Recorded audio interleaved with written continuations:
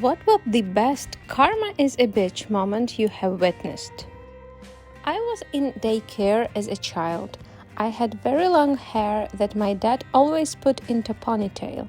There was a girl that would pull my ponytail all the time. We were doing a musical chair thing at the end of the day while parents were picking us up. The girl was behind me and kept yanking my ponytail. I kept telling her to stop. The teacher didn't see anything, so I can't do anything about it.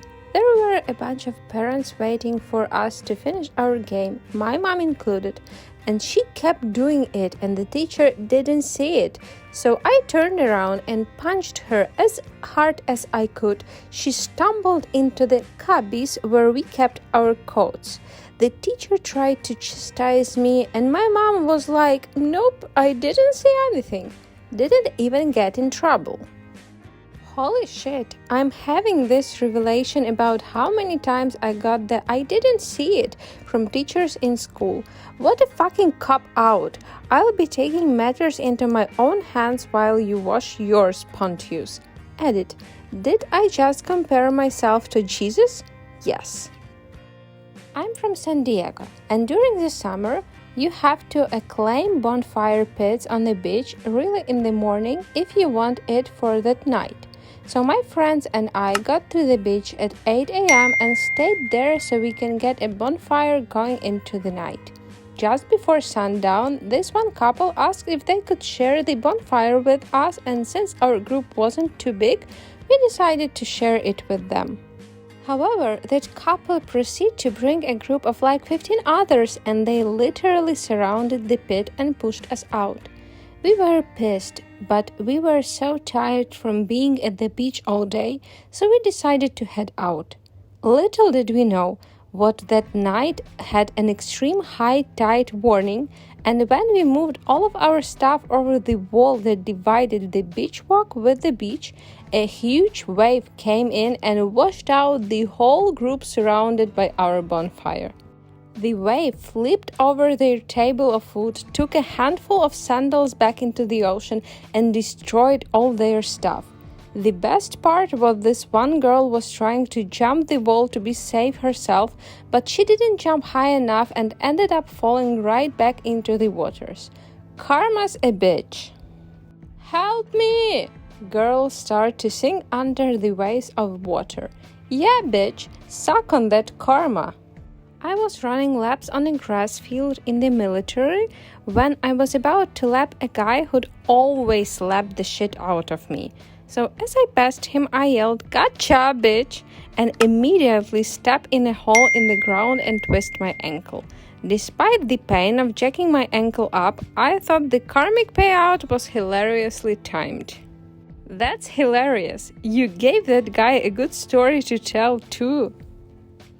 One time, I was running in a grassy field and I kept lapping the slow guy and he finally was able to lap me and yelled, "Gotcha, bitch!" and immediately hurt himself somehow. My old manager was a monster, belittled people, made a hostile environment, denied anything that would make coworkers happy while giving himself every comfort, even denied me a half day to go to my mother's funeral, adding, "Would it be a big deal if you couldn't go?" He finally stepped on his dick after he wrote a fictitious counseling statement about someone, and the entire office revolted. The manager wasn't fired like we wanted, but he was relieved. So in comes the news manager, very well regarded, 20 years Air Force veteran, retired at E9, humble guy who knew how to handle people. We have our first awkward team meeting, old manager bitterly in attendance. As the new manager is giving his "nice to meet you" speech, he sees two douchebags glaring around the table trying to intimidate people. He stops talking, pauses for a few seconds, and then says, "You know, when I was in the Air Force, I learned that if you take care of your people, they'll take care of you." He then stared directly at the old manager and said, "And if you don't take care of your people, they'll take care of you." What the hell? I would have told him, I'm going to my mom's funeral, and if you say or do anything about it now or in the future, I will find the hungriest, sleaziest lawyer I can and sue you and this company back to the Stone Age. Sitting on a highway late at night because of a bad car accident. The highway was packed and barely moving. One guy thinks he's smarter than everyone else and tries to drive on the shoulder. He makes it a good little ways before running into an on-ramp, also packed with cars. He had nowhere to go and no one let him in. He was stuck between cars in the rightmost lane and cars from the on-ramp. Everyone stuck bumper to bumper and flew around him. I went from watching him pass me and almost getting out of my view to passing him and losing sight of him in my rear view. I love highway justice. My husband and I call people like that the dick of the mile, because there is always one. I got rear-ended in a turn lane by a girl texting.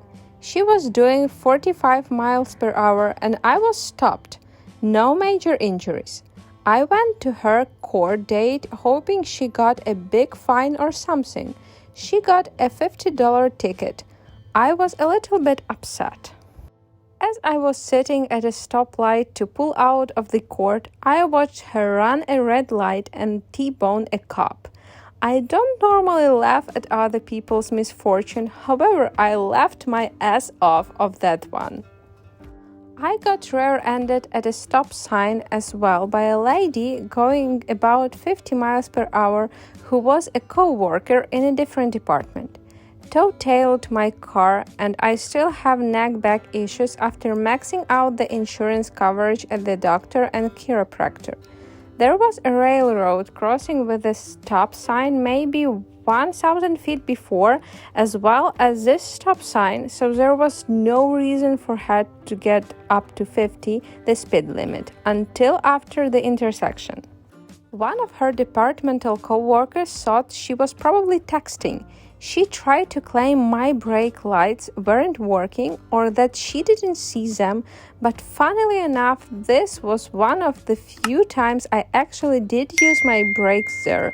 I drove a stick and it was a slight uphill incline, so I could usually time the downshift and final clutch in moment to come to a complete stop on the line without touching my brakes.